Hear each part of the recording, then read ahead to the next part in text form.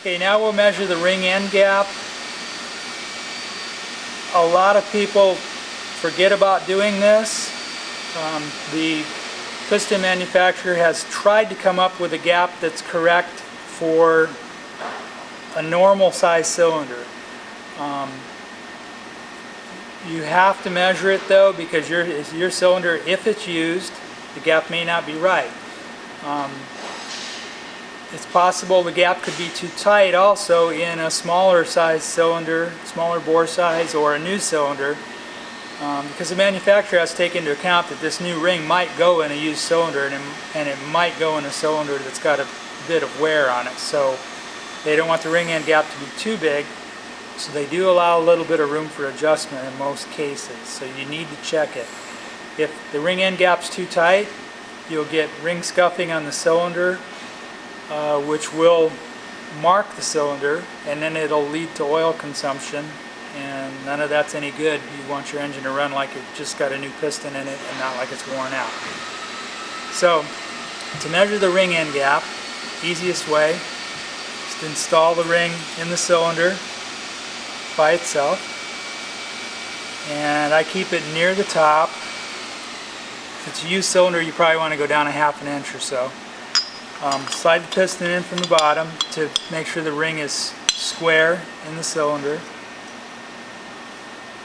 This is a new cylinder, so we can kind of put it wherever we want to. And then you'll use your feeler gauge to measure the ring end gap. And again, consult your instructions with your piston, or your owner's manual, or the piston manufacturer's online information to see what size ring end gap they recommend. Generally, they're going to be generic about it. They're going to say so many thousandths of an inch or hundredths of a millimeter per inch of bore size, or per millimeter of bore size. Most of these four-stroke racing engines take a little wider gap than, say, an automotive application would, so make sure that you're looking at a high performance type application for the ring end gap. The hotter the engine runs, the wider the gap usually is. Okay, now that you've measured your ring end gap, there's three possibilities. Number one, it's perfect. Number two, it's too small. And number three, it's too big. If it's too big, we can't make it get smaller, so that probably means your cylinder is worn quite a bit, and I'd be questioning your piston clearance also. If it's too small, we can fix that. Now, a lot of people will file them by hand with a hand file. It's usually a bad idea. This is a hard steel. It's hard to cut with a normal file. And when you have to try hard to cut something, it's even harder to keep it straight. And you do need the gap, both sides of the gap, to be straight. They need to match up correctly. Otherwise, you have more chance for oil consumption, you're losing compression. The only correct way to file your ring end gap is with one of these tools. And they're available from a lot of supply houses, tool houses. They're pretty easy to find. Even auto parts houses should have them or be able to get you one. It has a way to hold the ring straight, and a wheel that will file both sides at the same time, so they'll stay parallel. There's a chance you're not going to keep it exactly perpendicular to the cylinder's circumference, but they'll still be parallel, which is not perfect, but it's okay. So you just need to squeeze your ring together so both sides of it touch the wheel, and then you give her a turn and keep measuring it. Again, you don't want to make it too big because we can't put the material back on it. And on oil ring gaps, there is a spec. Again, consult owner's manual, piston manufacturer information. Generally, they're okay because they specify a much wider gap on the oil rings on the two rails. the oil ring expander, usually sometimes a gap is specified, but once again it's a much wider spec. They're usually plenty wide the way they come. Shouldn't have to file them in most cases. And since it's a three-piece ring, you get to stagger the gaps too. So if they're a little wider, it's still going to seal correctly. Okay, now installing the oil ring and the compression ring, I have a way I like to do it. I think some of the piston information might vary a little bit from this, so you can choose what works the best for you. I like to install the expander. You need to make sure that when you install it, you do not overlap the ends of it, because the piston won't go in the cylinder correctly and you're going to burn oil like crazy. So I like to put the gap for the expander on the side, and a lot of this is due to ease of installation into the cylinder. We don't have ring compressors for most of these engines, so you're pushing the rings in by hand, so this makes the end result easier. Make sure that you don't overlap the ends on the expander. I keep my finger there so it can't accidentally pop over. Okay, now we'll install the oil ring rails. I always like to end up with the compression ring gap on the intake side of the piston. It's the cooler running side. Just like to do it that way. Want to stagger the gaps on the rings at 180-degree intervals. So I'm going to start with this gap on the bottom oil scraper, also to the intake side. I'll start it underneath the oil rail, and I want to make sure that I don't misalign the ends of my expander ring, so I'm going to keep my finger over this and hold it in place and gently guide this bottom oil scraper there, keeping my finger over the end of that expander ring. Okay, now the top oil scraper is going to go gap to the exhaust side. So I'm going to start over here.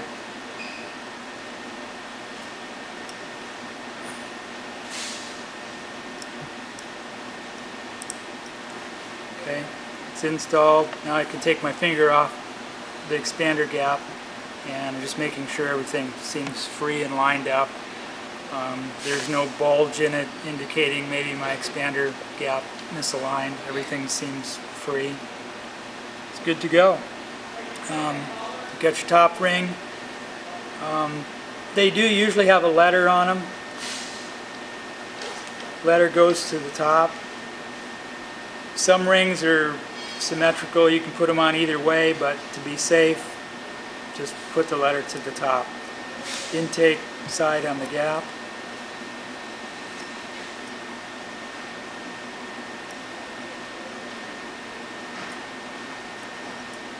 And you're ready to go. And now we're ready to install the piston and cylinder. First thing, don't forget to put your locating dowels in on the bottom with the base gasket.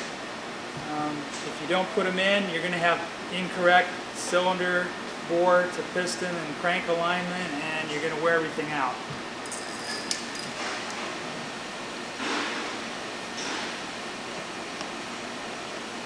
I like to set the base gasket on at this point. Don't use sealer on them. This is a Honda, it's a metallic gasket. Doesn't need any sealer. Some of the brands have more of a paper type or an aluminum coated gasket. Again, no sealer. Should not need sealer.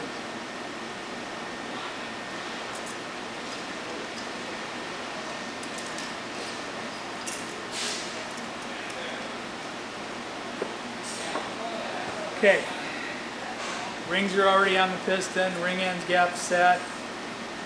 I've installed one of the circlips on the bench. It's a lot easier. On the circlips, Make sure that you don't compress it too much to get it in the piston pin bore, because you'll lose tension on it and it can come back out. You want to just compress it enough to work it into the groove that it belongs in.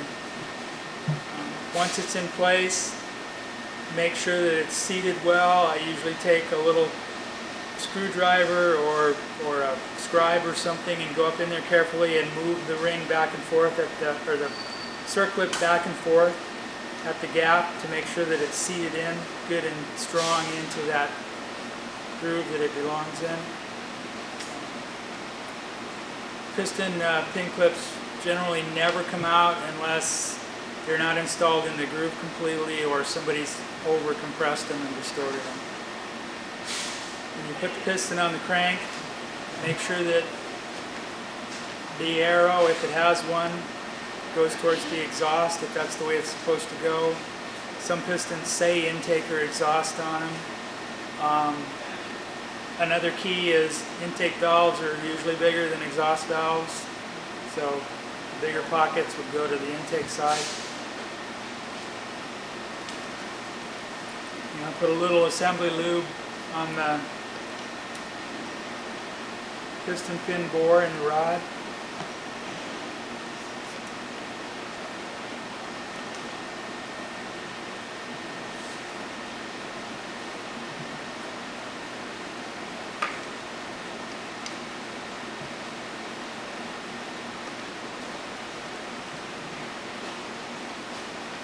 Then you'd install your second clip. Just be careful. I always stuff rags and everything around the bottom of the piston. If this thing flies away in the air and you can't find it, you want to know for sure that it didn't go down here, because if you can't find it, it might be down here and you're going to be taking your engine back apart. Okay, once we've got the clip installed, time to put the cylinder on. Make sure your gaps stayed where we put them, front and back. The reason we go front to back is because the cylinder is longer in the front and the back, and you really can't use a ring compressor on this. You're just going to have to squeeze them in by hand. It's a lot easier that way.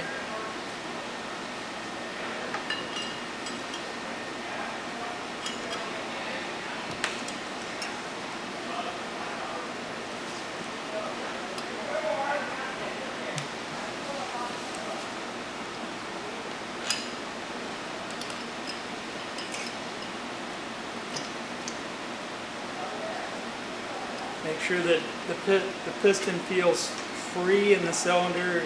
It's going to have some drag because of the ring tension, but if it feels tight and it doesn't want to move, then probably something happened with the oil ring and you need to fix it now, because once you assemble it and run it,